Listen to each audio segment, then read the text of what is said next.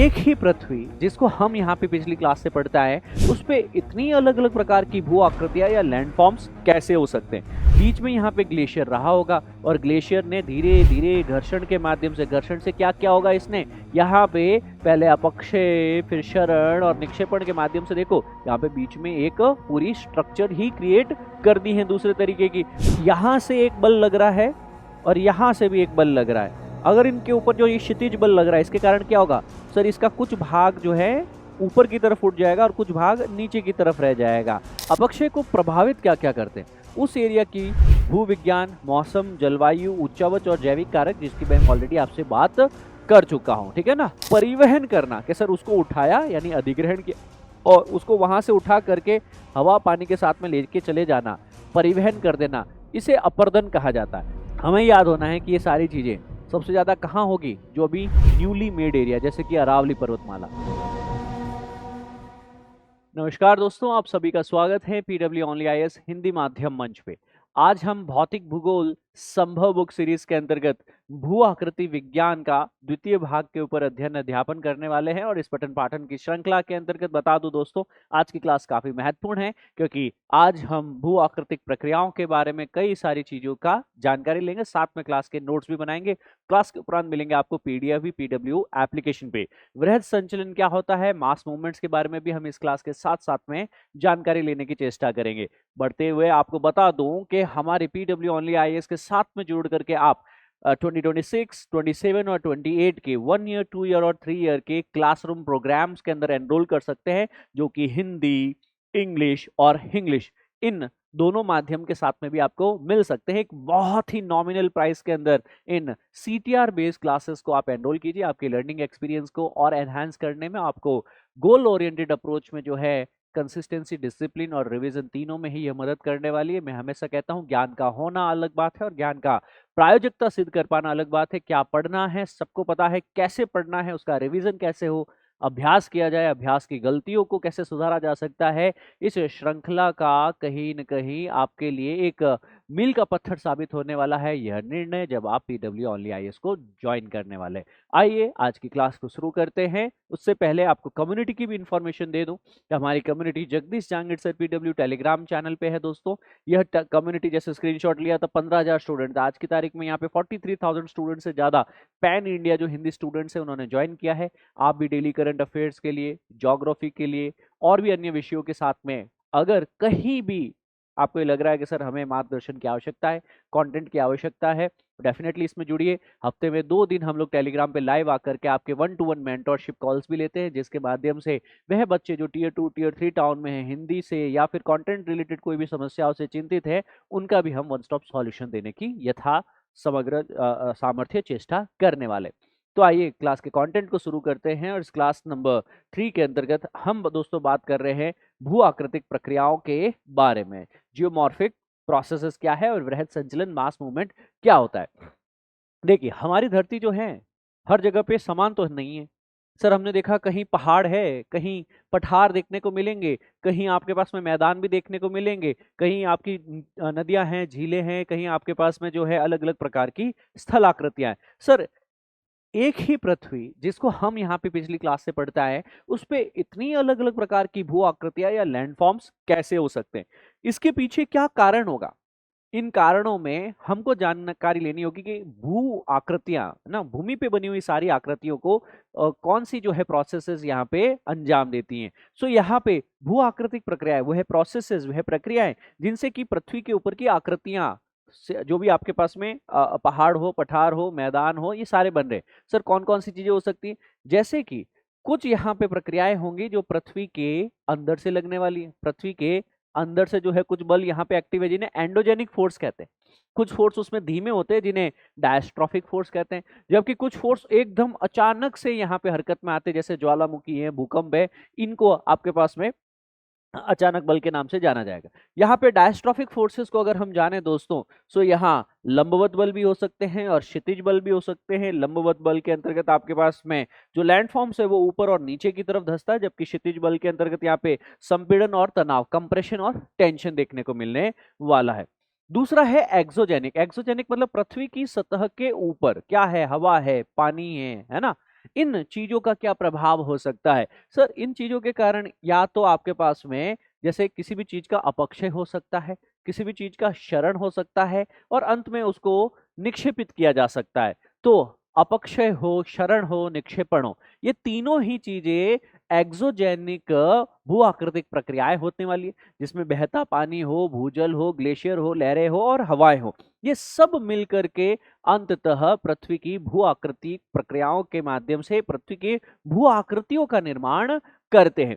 तो अगर मैं कहूं आपको सिंपल शब्दों में, सहज शब्दों में, क्या है भू आकृतिक प्रक्रियाएं, तो आप क्या बताएंगे मुझे कि गुरुजी हमारे पृथ्वी के धरातल के पदार्थों पे जो जो अंदर से अंतर्जनित, जो जो बाहर से बहिर्जनित भौतिक बल लगते हैं, उनके माध्यम से कुछ दबाव लगता है, कुछ रासायनिक क्रियाएं होती हैं और इससे हमारी पृथ्वी का भूतल विन्यास है उसमें परिवर्तन होता है।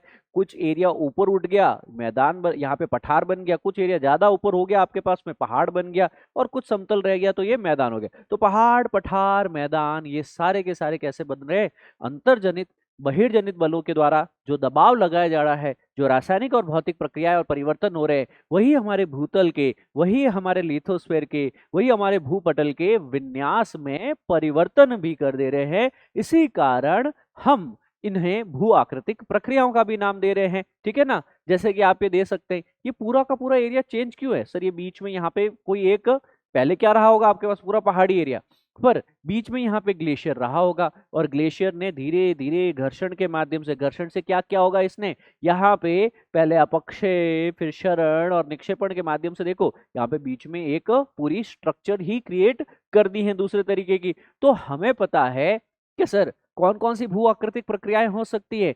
यहाँ हमारे पास में अपक्षय, वृहद संचरण, अपर्दन और निक्षेपण ये बहिर्जनित है और प्रवाह युक्त अगर बहता हुआ पानी है, भूमिगत पानी है, कोई ग्लेशियर है, हवाएं हैं, लहरें हैं, नदी की धाराएं हैं, महासागर की धाराएं हैं, यह भी लगातार क्या करती हैं? भू आकृतिक कारक है। तो कुछ है प्रोसेसेस और इन प्रोसेसेस के साथ में है कुछ फैक्टर्स जुड़े हुए, इनकी जानकारी आपको होना जरूरी है। सबसे पहले जो हमने यहाँ पे बड़ा बड़ा ये डायग्राम सा बनाया था, इसमें हम लोग पहले अंतर्जनित बलों को पढ़ते हैं। देखो अंतर्जनित बल में हमने क्या लिखा था? एंडोजेनिक यानी अंतर्जनित, डायस्ट्रोफिक और यहाँ पे अचानक से भी आ सकते हैं, जो ऐसे बल पृथ्वी के अंदर से लगने वाले जो धीमी गति से चल रहे हैं और कुछ एकदम अचानक से सडन भी फोर्सेस हो सकते हैं। तो slow forces and sudden forces दो तरह के हो सकते हैं। आइए हम पहले हेडिंग लगाते हैं आपके नोट्स में, अंतर्जनित बल। क्या हो सकते हैं अंतर्जनित बल दोस्तों? कि सर पृथ्वी के अंदर से निकलने वाली जो ऊर्जा है वह भू आकृतिक प्रक्रियाओं के लिए प्रमुख बल स्रोत यहाँ पे हो सकती हैं। जैसे कि आपके पास में इनको भी वापस हम लोगों ने क्या क्या है? डिवाइड किया है। एक है डायस्ट्रोफिज्म, जिसको क्या कहा है हमने? पटल विरूपण के नाम में जानते हैं। किसके नाम से जानते हैं? पटल विरूपण के नाम से इसको जानते हैं। तो दोस्तों पटल विरूपण बल होता क्या है? जब धीमी गति से जो हमारी पृथ्वी है, भूपर्पटी है, उसका संचलन हो या फिर आपके पास में वह उत्थापित हो, है ना, और यहाँ पे डायस्ट्रोफिक फोर्सेस उस वक्त एक्टिव हो सकती हैं। तो यहाँ भूपर्पटी का जो निर्माण होते हैं वो कई तरीके से हो सकते हैं। जैसे कि आपने देखा होगा कई जगह पे भूपर्पटी जो है वो इस प्रकार की वलयित हो सकती है, यानी मुड़ भी सकती है, फोल्डिंग भी हो सकती है, जैसे चट्टानों की भी फोल्डिंग हो सकती है। अगर ये चट्टानें ज्यादा ब्रिटल है तो ये बीच में से क्या कर सकती है? टूट भी सकती है, ब्रेक भी हो सकती है, यानी इसमें फॉल्ट भी हो सकता है, दरारें भी पड़ सकती है, टूट भी सकती है। उस और क्या है सर, यहाँ पे सिंक्लाइन एंटीक्लाइन आपने देखा होगा।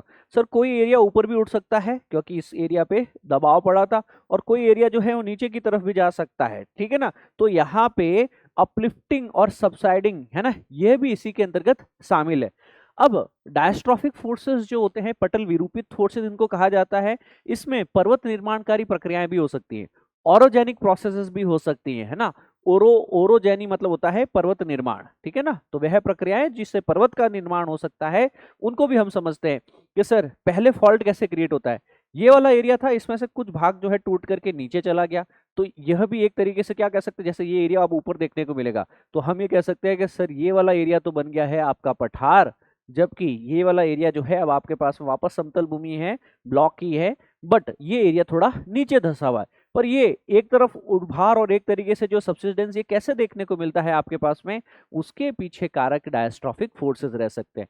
कई बार यहाँ पे दोनों तरफ से अपने प्लेट किनारे पड़े कि दोनों तरफ से अगर पृथ्वी की प्लेटें टकराएंगी तो उसके कारण क्या होगा कि सर यहाँ पे कुछ एरिया नीचे की तरफ धंसेगा तो कुछ एरिया ऊपर की तरफ भी उठेगा। तो यहाँ पे एंटीक्लाइन और सिनक्लाइन नाम की दो अलग अलग मूवमेंट्स भी हमें देखने को मिल सकती हैं। तो फोल्ड्स और फॉल्ट्स इस दो प्रकार की चीजों के माध्यम से ऑरोजेनी हो सकती हैं, पर्वत निर्माण हो सकता है।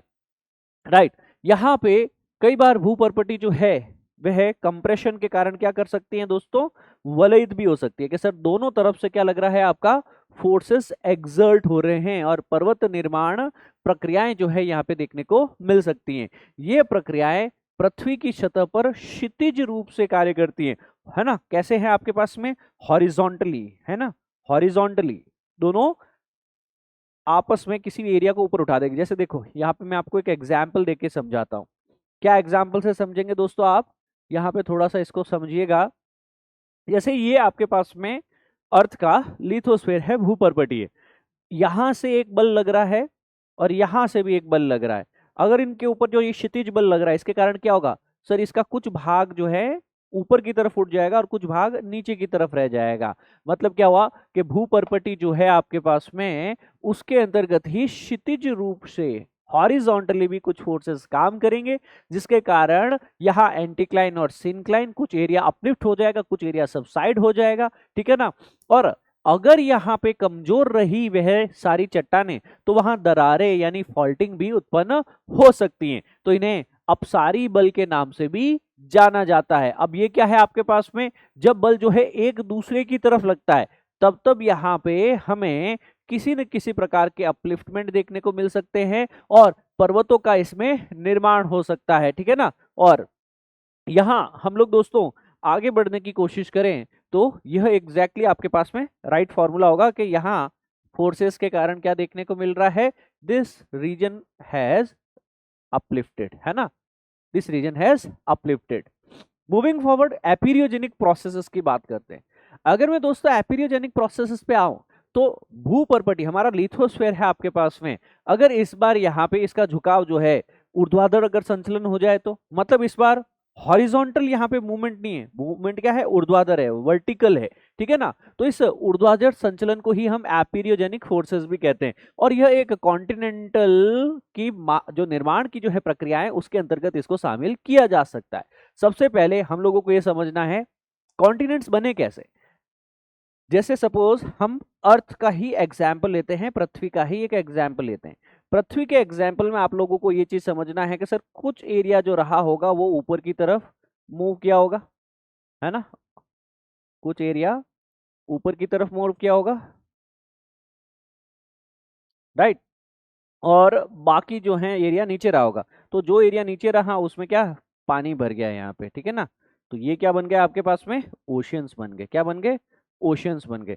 सो हमें ये पता है कि कुछ एरिया लगभग मीन सी लेवल से ऊपर उठा, तभी तो वो जाकर के लास्ट में क्या बना है दोस्तों, कॉन्टिनेंट बना, तभी जाकर के वो लास्ट में क्या बना है, कॉन्टिनेंट बना है दोस्तों। तो कुछ एरिया यहाँ पे ऊपर की तरफ उठा है ना, तो महाद्वीपीय निर्माण की प्रक्रिया होती है, इसमें भूपर्पटी के बड़े हिस्से का उत्थान होता है, विरूपण होता है और महाद्वीप का निर्माण होता है। तो क्यों कुछ एरिया जो है आपके पास में ओशन है, मतलब नीचे की तरफ धसे हुए, और कुछ एरिया जो है ऊपर की तरफ है। आप कहाँ पे हो अभी, किसी न किसी कॉन्टिनेंट के, किसी कंट्री के, किसी स्टेट के, किसी डिस्ट्रिक्ट के, किसी एक पर्टिकुलर शहर या गांव से मुझे सुन रहे हो।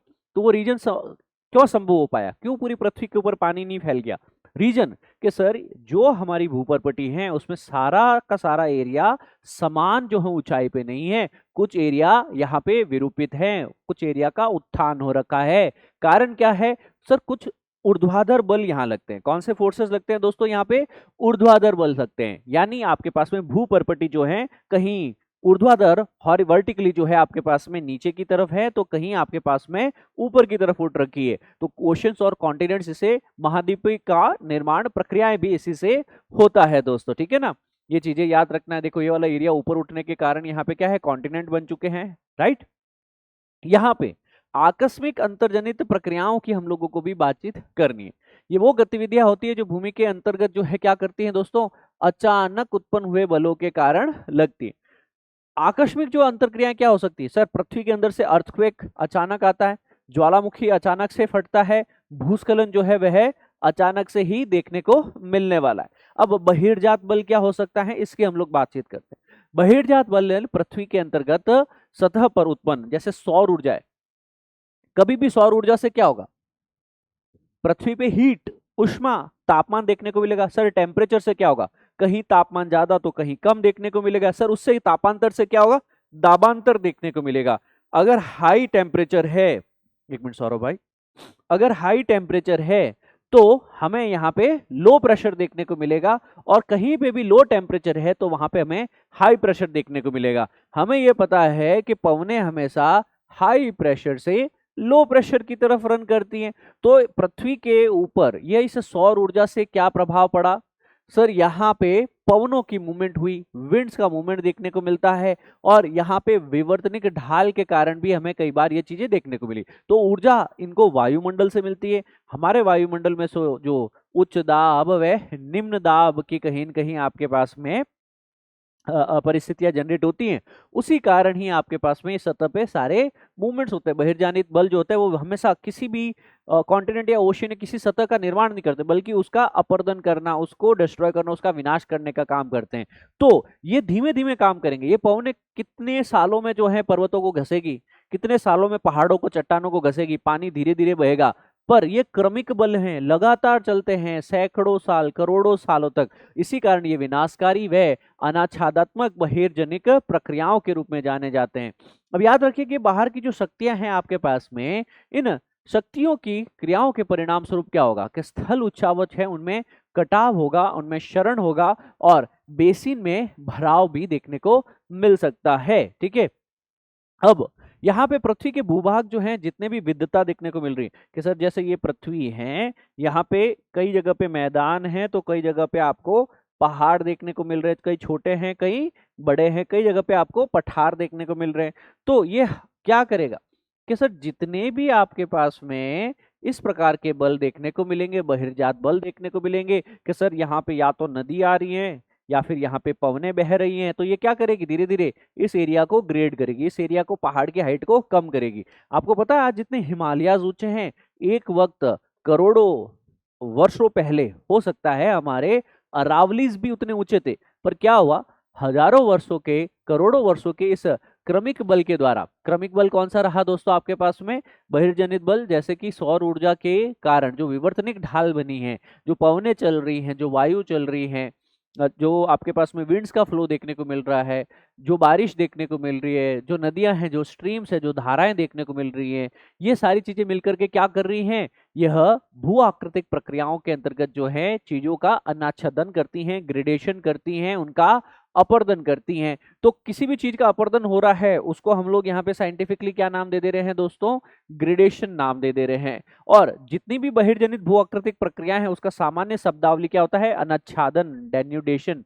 डेन्यूडेशन का क्या मतलब है, किसी भी चीज को अपने ओरिजिनल स्वरूप से उसकी जो पहली लेयर हटाना, दूसरी लेयर हटाना, तीसरी लेयर हटाना, और इस प्रकार इन पहाड़ों को, है ना, इन पहाड़ों को धीरे धीरे धीरे धीरे पूरा घस के, इरोड करके क्या कर देना, अनाच्छादित कर देना, डिन्यूड कर देना, ग्रेड कर देना, है ना। और इसी में फिर आगे डेन्यूडेशन में ही अपक्षय, वृहद संचरण, शरण, अपर्दन, संचलन, परिवहन, ये सारी चीजें शामिल होती हैं। अब सबसे बड़ी चीज है कि जो चीज सॉफ्ट है वो सबसे ज्यादा जल्दी गायब हो जाएगी इन बलों के कारण, जबकि जो चीज ताकतवर है वो बहुत ही लंबे समय तक टिकेगी। तो चट्टान किस प्रकृति की है, वह ग्रेनाइट की है, वह बसाल्ट की है, वह कठोर चट्टान है, वह सॉफ्ट चट्टान है, इसके ऊपर निर्भर करता है कि सर ये बाहर से लगने वाले बहिर्जनित प्रक्रियाएं हैं वो कितनी प्रबल रहेंगी। तो प्रक्रियाओं की प्रबलता और चट्टान की प्रकृति के आधार पर प्रभावित होता है हमारा इस प्रकार की जो जियोमॉर्फोलॉजी है। अब जलवायु की एक इसमें कारक भी हो सकते हैं कि सर उस एरिया का टेम्परेचर कितने डिग्री सेल्सियस में रहा होगा, उस एरिया में रेनफॉल जो है, बारिश कितनी रहती है, उस एरिया में जैसे सूर्य का ताप कितना है, जिसको हम लोग यहाँ पे कहते हैं इंसोलेशन, कि सर कितना जो है सूर्य ताप यहाँ पे देखने को मिल रहा है, वहां पे विंड्स कैसी हैं, वहां पे पवनें कैसी हैं। यह पैटर्न भी जो है जलवायु की प्रक्रियाओं को बहुत ज्यादा प्रभावित करता है। यहाँ पे दोस्तों हम लोग अपक्षय की बात करते हैं। डेन्यूडेशन के अंदर अपक्षय सबसे पहला आता है। अपक्षय का क्या मतलब है सर? एक चट्टान है, एक पहाड़ है बहुत ही बड़ा, इसको धीरे धीरे मैकेनिकल वे में तोड़ देना। ऐसा समझना कि कोई बड़ा पत्थर का टुकड़ा है, अब तुम उसको छोटे छोटे टुकड़ों में तोड़ना है, इतना बारीक कर देना है जैसे उसकी मिट्टी एकदम पाउडर हो जाए। तो अपक्षय क्या है, वेदरिंग क्या है? एक मौसम और जलवायु की क्रिया है। इसमें क्या हो रहा है कि जो चट्टाने हैं, जो पहाड़ है, जो हमारे पटल के ऊपर स्थित भू आकृतियां हैं, इनमें जो सेल है वह यांत्रिकी रूप से विखंडित हो जाती है। यांत्रिकी मतलब मैकेनिकल डिसइंटीग्रेशन। और साथ में ही आसपास के अंदर से कोई केमिकल बहते हुए आ गया, है ना। मिट्टी के अंदर भी कई केमिकल होते हैं, तापमान जो उसको मिल गया, है ना। किसी भी प्रकार के जैसे जलवायु उसको अनुकूल परिस्थितियां मिल गई, तो उसमें रासायनिक वियोजन भी हो सकता है। तो फिजिकल, मैकेनिकल और केमिकल, ये तीन प्रकार की यहाँ पे जो है डिकम्पोजिशन देखने को मिल सकता है। इसको हम अपक्षय कहते हैं। अब ये अपक्षय हो सकता है एक चट्टान टूट करके उसी के आसपास में जो है छोटे छोटे टुकड़ों में विघटित हो गई, तो इसको इन सिटू कहा जाएगा, स्वस्थाने। अपने ही स्थान पे उसके बाकी के बचे हुए टुकड़े, पत्थर, खंड, है ना, पाउडर वगैरह पड़ा हुआ है। दूसरा होता है बाह्य स्थाने, ठीक है ना। बाह्य स्थाने का क्या मतलब हो गया आपके पास में? वह बह रही है, जैसे एक बहुत ही बड़ा जैसे पहाड़ था, उसके ऊपर से एक बोल्डर टूट के आया, वो बोल्डर टूटता गया, नीचे नीचे आता था, छोटा हो गया, नदी के साथ बह रहा है और छोटा हो गया और छोटा हो गया। तो उसके अपक्षय की प्रक्रिया एक स्थान विशेष पे नहीं हो रही है, वो धीरे धीरे धीरे धीरे जैसे जैसे ना पहाड़ की तलहटी तक आया, नदी के साथ आगे आया, वैसे वैसे उसका आगे होता गया। तो अगर उसी स्थान पे हो जाता है इसे स्वस्थान है, जबकि अगर उस स्थान की जगह कहीं और हो जाते हैं, उसके रिमेनेंस कहीं और चले जाते हैं, तो इसे बाह्य स्थाने, ऑन साइट भी कहते हैं, इन सिटू एंड एक्स सिटू। अब अपक्षय को प्रभावित क्या क्या करते हैं? उस एरिया की भूविज्ञान, मौसम, जलवायु, उच्चावच और जैविक कारक, जिसकी मैं ऑलरेडी आपसे बात कर चुका हूं, ठीक है ना। तो यह चीजें जो जिसमें यांत्रिक अपघटन देखने को मिले, रासायनिक अपघटन देखने को मिले, मैकेनिकल अपघटन देखने को मिले, है ना, तो यह सारे के सारे एजेंट ऑफ वेदरिंग, ये क्या है? अपक्षय देखने को मिल रहा है। अब अपक्षय के उपरांत जो है आपके पास में हम लोग यहाँ पे देख सकते हैं सर, यहाँ पे कुछ गैसेस भी हो सकती है, केमिकल, है ना। वेदरिंग में प्रोडक्टिव बायोमासेस भी आ सकते हैं। माउंटेन बिल्डिंग के अंतर्गत भी जो है वेदरिंग देखने को मिलती है। अब यहाँ पे रासायनिक अपक्षय क्या होता है? रासायनिक अपक्षय का क्या मतलब है कि सर कोई चीजें यहाँ पे घुल जाना, बहता हुआ पानी आया, उसमें कैल्शियम घुल गया, है ना, तो यहाँ पे कार्बोनाइजेशन हो गया। किसी के अंदर पानी जुड़ गया तो उसका हाइड्रेशन हो गया। किसी के साथ में ऑक्सीजन मिल गया तो उसका ऑक्सीडेशन हो गया। किसी के साथ में हाइड्रोजन निकल गया या ऑक्सीजन जुड़ गया, सॉरी हाइड्रोजन जुड़ गया या ऑक्सीजन निकल गई, तो उसका रिडक्शन, न्यूनीकरण हो गया। तो कई प्रकार की जो भी पहाड़, पठार, मैदान है, इस भू आकृतियों के साथ साथ में अपक्षय की प्रक्रियाएं भी हो सकती हैं, जिनको हमने ये नाम दे रखा है। इसमें उष्मा के साथ में पानी और वायु, है ना, की विद्यमानता सभी रासायनिक प्रतिक्रियाओं को तीव्र कर देती है। देखो, अब ये यूपीएससी का क्वेश्चन है। यूपीएससी ने क्या पूछा था आपके पास में कि भैया पृथ्वी के ऊपर क्या अपक्षय होता है? बोले हाँ। बोले रासायनिक अपक्षय, बोलता होता है क्या? हाँ। क्या होता है उसमें चीजों का? सर विलयीकरण होता है, कार्बनीकरण होता है, जलीयोजन होता है, ऑक्सीकरण, न्यूनीकरण होता है, ठीक है। फिर बोला लास्ट में एक स्टेटमेंट में बोला, क्या इसमें पानी और उसके साथ साथ में वायु की उपस्थिति, मतलब पानी से क्या होगा? हाइड्रेशन मिल गया, एक माध्यम मिल गया चीजों को घोलने के लिए, है ना, उसको तोड़ने के लिए। दूसरा ऑक्सीजन, वायु में क्या है? ऑक्सीजन और कार्बन डाइऑक्साइड है। इनकी उपस्थिति के कारण भी क्या चीज संभव हो सकती है? रासायनिक प्रक्रियाएं तेज हो जाएगी। तो जब जब हमें पानी और जब जब हमें ऑक्सीजन और CO2 देखने को मिलेगा, वहां वहां पे वेदरिंग बहुत ही तेज हो जाएगी, वहां वहां पे अपक्षय की प्रक्रियाएं जो है वह और तीव्रता पकड़ लेगी। तो यह यूपीएससी का ईयर 2024 या फिर 25 का प्रीलिम्स के अंतर्गत जो है आया हुआ एक एमसीक्यू भी रहा है, ये वाला स्टेटमेंट, है ना। आप उठा करके देखना, फिजिकल ज्योग्राफी में आप कहते हैं ना क्या पढ़ाया जाता है, यहाँ पे देख लीजिए आप लोग, जो है साथ में आपको क्लासेस के अंदर चल ही रहा है। सूर्य के प्रकाश के अंतर्गत कोई भी चीज है वह धीरे धीरे टूटना शुरू होती है।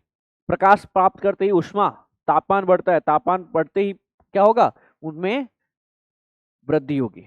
जैसे ही आपके पास में तापमान कम होगा, वापस रात को सिकुड़ जाएगी, तो कॉन्ट्रैक्शन देखने को मिलेगा, है ना, संकुचन देखने को मिलेगा। वापस ऐसे ही कोई भी चीज को देख लीजिए आप, बढ़ना घटना, बढ़ना घटना, बढ़ना घटना। ये चट्टान भी जो ग्रेनाइट की है इसी तरह दिन में क्या करती है आपका एक्सपेंशन और रात को करती है कॉन्ट्रैक्शन, है ना। दिन में जो है प्रसारण हो रहा है, रात को संकुचन हो रहा है, और इसके कारण ये क्या कर जाती है, धीरे धीरे इसमें स्ट्रेस होता है और ये टूटने लगती हैं और छोटे छोटे कणों में जो है ये अपक्षयित हो जाती हैं। अब विलयन की बात करते हैं, सॉल्यूशन की बात करते हैं। देखिए, पानी है या फिर कोई भी एसिड है ना, उसके कारण भी चट्टानें टूट सकती हैं। बूंद बूंद करके चट्टान के ऊपर पानी आप गिराते रहो, कई दिनों तक वो चट्टान वहां से टूट जाएगी, कुछ महीनों में, कुछ सालों में। अम्ल, जैसे कहते हैं कि अम्ल वर्षा होती है तो वो सारे के सारे भवनों के लिए खराब है। क्यों खराब है? क्योंकि अम्ल जो है वो चट्टान का क्या करता है, अपक्षय करता है।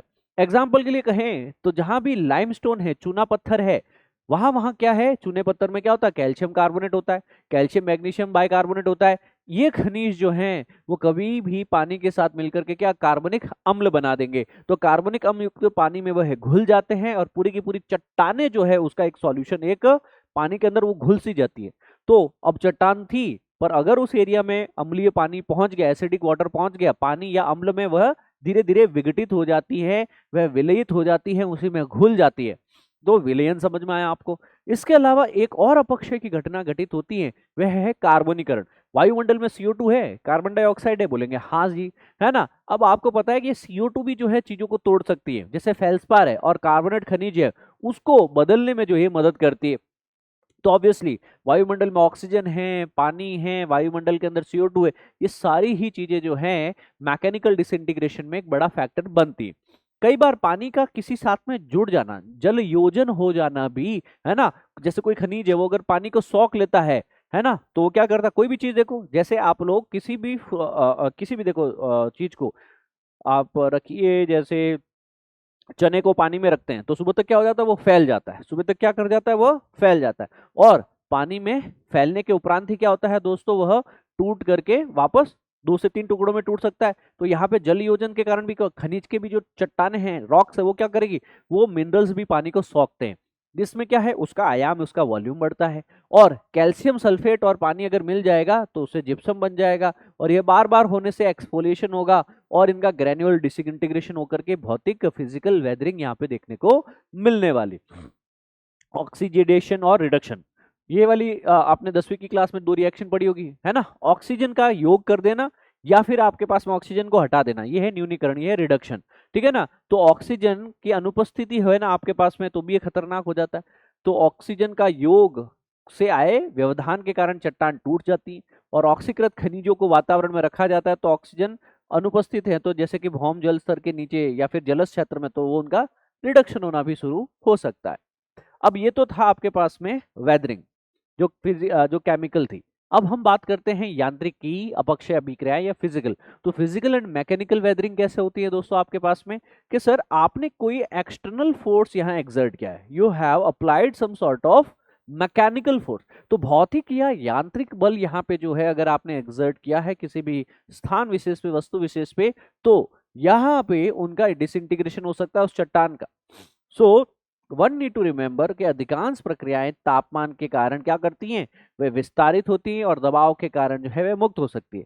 तो यहाँ पे भौतिक और यांत्रिक अपक्षय के लिए कौन कौन से प्रक्रियाओं में बल होंगे, सर यहाँ गुरुत्वाकर्षण बल के कारण, यहाँ पे विस्तारण बल के कारण, वे वाटर प्रेशर यानी जल दबाव बल, water pressure is also one of the very important agent of weathering.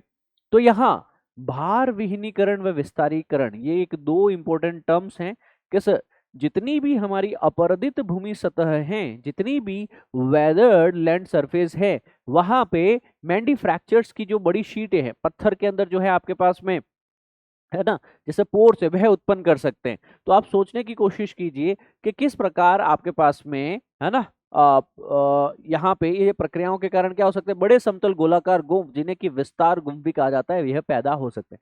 और ये सारा हुआ कैसे, ये सारा हुआ वेदरिंग से, ये सारा हुआ इरोजन से, ये सारा हुआ अपक्षय से। यानी क्लाइमेट एसोसिएटेड और क्लाइमेट फैसिलिटेटेड भी ये सारी चीजें मैकेनिकल वेदरिंग हो सकती है। तापमान में परिवर्तन हुआ, कहीं हिमकरण हुआ, कहीं बर्फ बनती है धीरे धीरे तापमान कम होने के कारण, कहीं हिमकरण के उपरांत धीरे धीरे विगलन भी होता है, तुषार वेजिंग भी होती है। इन सभी चीजों के अंतर्गत, जैसे कि किसी भी वस्तु ने पहले पानी को एब्जॉर्ब कर लिया, उनमें प्रसारण हो गया, एब्जॉर्ब और प्रसारण के बाद में क्या होगा, जैसे एब्जॉर्प्शन हुआ और उनका एक्सपांशन हुआ, वो धीरे धीरे ब्रेक होगी, वो धीरे धीरे डिसइंटीग्रेट भी हो सकती है। और जब उनका डिसइंटीग्रेशन देखने को मिलेगा आपके पास में, तो हम ये क्या कहेंगे इसका कि सर ये हिमीकरण के बाद में विगलन व तुषार वेंजिंग भी देखने को मिली है। ठीक है ना, तो बार बार ऑब्वियसली जो है कोई भी चीज बर्फ के रूप में जमेगी फिर पिघलेगी, जमेगी फिर पिघलेगी, तो इसके कारण चट्टानें टूट भी सकती है। अब आता है सॉल्ट, लवण। कहीं भी सॉल्ट के कारण, लवण के कारण भी जो है अपक्षय हो सकता है, बिल्कुल हो सकता है सर। एग्जाम्पल, लवण जो होते हैं, चट्टान जो होते हैं, उनमें लवण तापमान, हाइड्रेशन, क्रिस्टलीकरण, है ना, इसके कारण ये फैल सकते हैं। और लवण क्रिस्टलीकरण जो है वह कहीं न कहीं वायरिंग, जो लवण वायरिंग प्रक्रियाओं का सबसे प्रभावी उपक्रम भी हो सकता है। So one need to understand कि सर ये सारी चीजों के अंतर्गत जो है मैकेनिकल, केमिकल, क्लाइमेट, कई सारी चीजों के कारण चीजें जो है, इवन रॉक्स, इवन बड़े बड़े पत्थर जो है वह डिसइंटीग्रेट हो सकते हैं। अब दोस्तों हम लोग बात करते हैं जैविक अपक्षय के बारे में। We are to talk of the biological biological weathering. इसमें क्या होगा, बायोलॉजी मतलब कोई ना कोई जैविक यहाँ पे घटक है। जैसे कि आप देखेंगे कोई केचुआ है, दीमक है, कृतक है, ये भी क्या करेगा, घर को अंदर देखिए आप लोग, बड़े बड़े आप लोगों ने चीजें क्रिएट कर रखी हैं। केचुआ लग गया उसमें, दीमक लग गया, कृतक लग गए, है ना, ये धीरे धीरे खोद के चूहा बड़े से पत्थर को तोड़ करके, सीमेंट को तोड़ करके उसके अंदर अपना घर बना लेता है।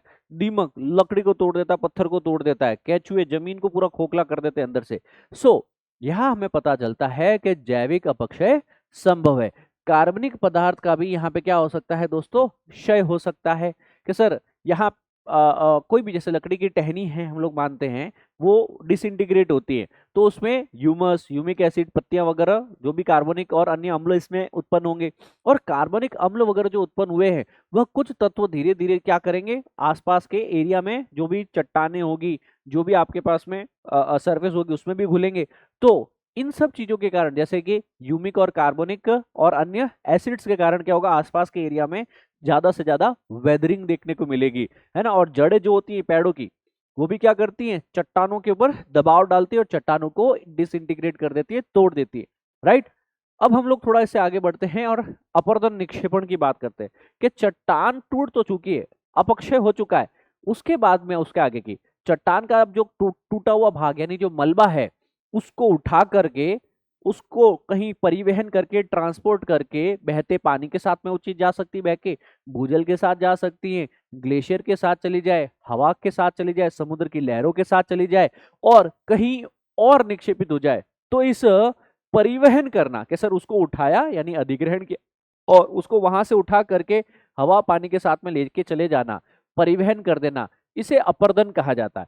फिर तीसरा एक और टर्म आएगा कि सर कहाँ तक उठा के रखेंगे, हवा कितनी देर तक मिट्टी उठा सकती है, पानी कितनी देर तक कंकड़ को उठा सकता है। एक जगह तो आएगी जहां पे जाकर के वो वापस उसको वापस नीचे छोड़ना होगा, उसको वापस डिपॉजिट करना होगा, तो उसको निक्षेपण कहा जाएगा। तो यहाँ पे आपको निक्षेपण शब्द भी समझना है। पहले अपर्दन पता होना चाहिए। अपर्दन क्या है, चट्टानों का मलबा, उसको अधिग्रहण व उसका परिवहन करना, बहते पानी, भूजल, ग्लेशियर, हवा या लहर, ये 5 एजेंट्स के द्वारा, तो इनको अपर्दन कहा जाता है। ये फिजिकल एजेंट्स है दोस्तों, भौतिक यहाँ पे कारक है जो कि चट्टानी मलबा के द्वारा जो है अब्रेजन के कारण अपरदन में भी इसमें सहायता मिलती है। अब याद ये रखना है कि जो अपने अपक्षय पढ़ा के सर कई तरीके से फिजिकल, केमिकल, मैकेनिकल, बायोलॉजिकल, कई तरीके से चीजें तोड़ी जा सकती है, मैकेनिकली डिसइंटीग्रेट हो सकती है, टुकड़ों में तोड़ा जा सकता है। उनका जो मलबा है उसको आगे अपर्दित करना होगा। अपर्दन का मतलब होता है कि सर मृदा अपर्दन, यानी मिट्टी है उसको बहा करके पानी या हवा अपने साथ में ले गई, उसको परिवहन कर दिया, उसका अधिग्रहण किया, पहले उठाया वहां से और अपने साथ में बहा के ले गई।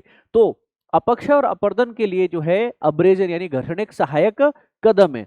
तो अपर्दन के लिए आवश्यक नहीं है, तो अपक्षय अपर्दन के लिए सहायक है, लेकिन यह अपर्दन के लिए आवश्यक नहीं है। ये चीज याद रखना, ये स्टेटमेंट पूछा जाएगा, ये स्टेटमेंट पूछा भी गया है। मैं इस पे भी आपको मोस्ट इंपोर्टेंट बता देता हूँ, चीजें टूट चुकी है, अपक्षय के कारण चीजें डिसइंटीग्रेट हो गई, उनका मलबा बन गया, पर अपर्दन तो परिवहन को कह रहा है और परिवहन के लिए अपक्षय की आवश्यकता नहीं है। परंतु याद रहे कि अपर्दन के लिए आवश्यक नहीं है।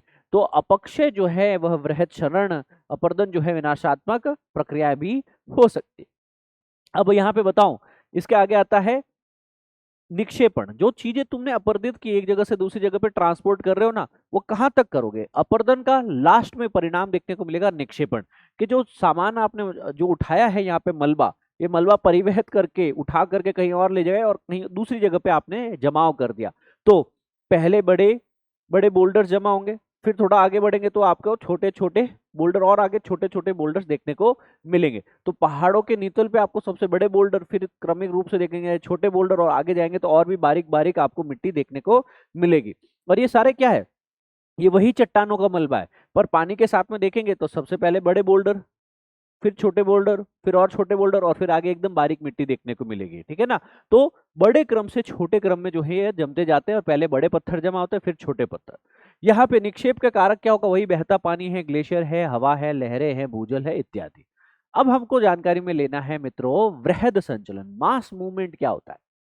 वृहद संचलन क्या है आपके पास में? कि जो चट्टाने तोड़ी हमने, वेदरिंग किया, इरोजन किया, डिपोजिशन किया, यानी अपक्षय, अपर्दन व निक्षेपण, इन तीनों चीजों के बाद में जो मलबा है, सैलो का वृहद मलबा है, यह गुरुत्वाकर्षण के सीधे प्रभाव के कारण ढाल के अनुरूप स्थानांतरित हो जाए।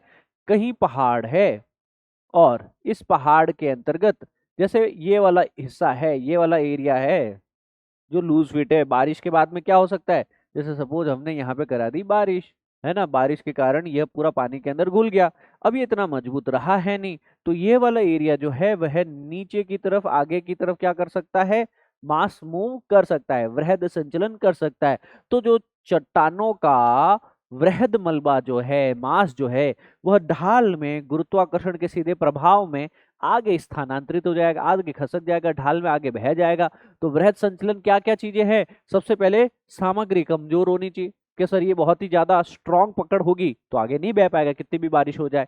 दूसरा है ढाल अच्छी खासी हो, ढाल की प्रवणता, ग्रेडियंट अच्छा खासा हो, बारिश अच्छी खासी हो, और कोई भी पौधा ना लगाओ, क्योंकि पौधे की जड़ें क्या करती हैं आपके पास में? ढाल को पकड़े रखती है।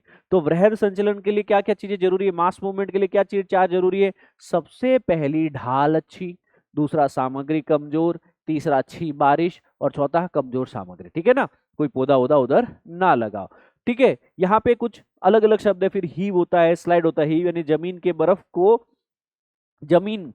बर्फ के बढ़ने और अन्य कारणों से होने वाले उत्थान, कि सर यहाँ पे अगर बर्फ जम गई तो उसके कारण भी मास मूवमेंट हो सकता है। फ्लो और स्लाइड, ये तीन प्रकार की गतियां हो सकती हैं, इतना ज्यादा गहराई में नहीं जाना है, जनरल स्टडीज है। स्लो मूवमेंट भी हो सकती है। मध्यम ढलान है, मृदा यहाँ पे आच्छादित ढाल है, तो यहाँ पे मंद और अदृश्य सामग्री स्थानांतरित हो सकता है। क्रीप मतलब बहुत ही धीरे धीरे आप आगे बढ़ सकते हैं। ठीक है ना? तो क्रीपिंग मूवमेंट भी होते हैं कि मलबे का स्थानांतरण बहुत ही धीमा होता है, उसे नेकेड आई से नहीं देखा जाता है, वो कई महीनों, कई सालों के बाद में हमें थोड़ी बहुत मूवमेंट यहाँ पे दिखाई देगी। ठीक है ना? इसको एक तरीके से क्रीप कहा जाएगा। जैसे ये पैड जो है आपके पास में, ये धीरे धीरे एक दूसरे से स्थान जो है वह दूर करते जाएंगे आने वाले सालों के अंदर। यानी क्या हो रहा है? स्लो मूवमेंट हो रहा है। क्या हो रहा है? क्रीपिंग देखने को मिल रही है। राइट। अब आगे है आपका रैपिड यानी तीव्र संचलन। सर तीव्र संचलन में क्या होगा? सर तीव्र संचलन में अर्थ फ्लो, डेब्रिस, अवलांचेस दिखेंगे। यानी सर्वाधिक उष्मीय जलवायु क्षेत्रों में होता है, और यहाँ पे बहुत ही तीव्र ढाल है, कोई भी तेज एक तरीके से जो है ढलान वाली चीज है। अब यहाँ पे मिट्टी जो है वो बारिश के कारण क्या है, वो पूरी तरीके से एकदम सूप सा बन गई है। अब उसके अंदर कोई भी मलबा है, कोई भी रॉक है ना, वो सारा का सारा इसके साथ में नीचे की तरफ आ रहा है। मृदा नीचे की ओर फिसलने लगती है। डेब्रिस में बहुत ही कम समय, बहुत ही अधिक मृदा यहाँ पे एक साथ खिसक के अगर नीचे आ जाए, तो या तो अगर मिट्टी होगी पहाड़ों के ढलान पे तो मिट्टी आएगी, तो इसको क्या कहा जाएगा आपके पास में? Debris avalanche. ठीक है ना? या फिर अगर आपके पास में अगर मिट्टी नहीं और ज्यादा ऊंचाई पे है, बर्फ है इसके ऊपर, तो इसको एवलांच कहा जाएगा, है ना? अवधाव इसको कहा जाता है हिंदी के अंतर्गत। यह चीज याद रखने योग्य है। भूस्खलन भी इसी में आता है, अपेक्षाकृत काफी तेज हो जाता है ना? और अवगम्य संचलन होता है दोस्तों, तीव्र अवगम्य संचलन, इसको क्या कहते हैं? भूस्खलन कहते हैं।